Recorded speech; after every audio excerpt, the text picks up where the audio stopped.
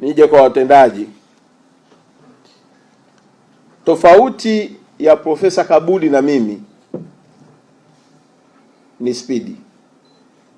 Hekima zake zilikuwa zinamfanya analitazama jambo na kulikolo miaka 70 nyuma. Mimi huo muda wa kutafuta rekodi sina. Naomba watendaji wa wizara, kila mtu kwanza ukae kwenye kiti chako wene na ufunge mkanda wako vizuri.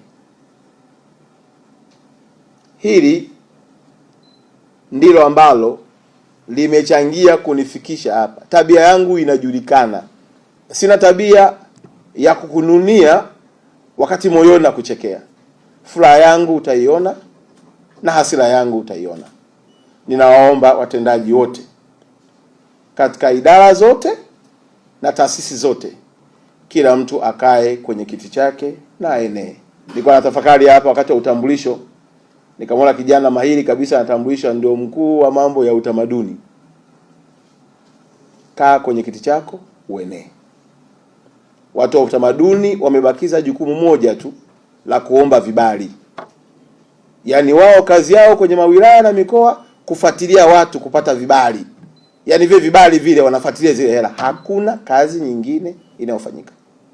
Na tunalipwa mshahara na serikali imetutawanya nchi nzima. Brother, kaa, funga mkanda wako, ni wakati wa kupaa.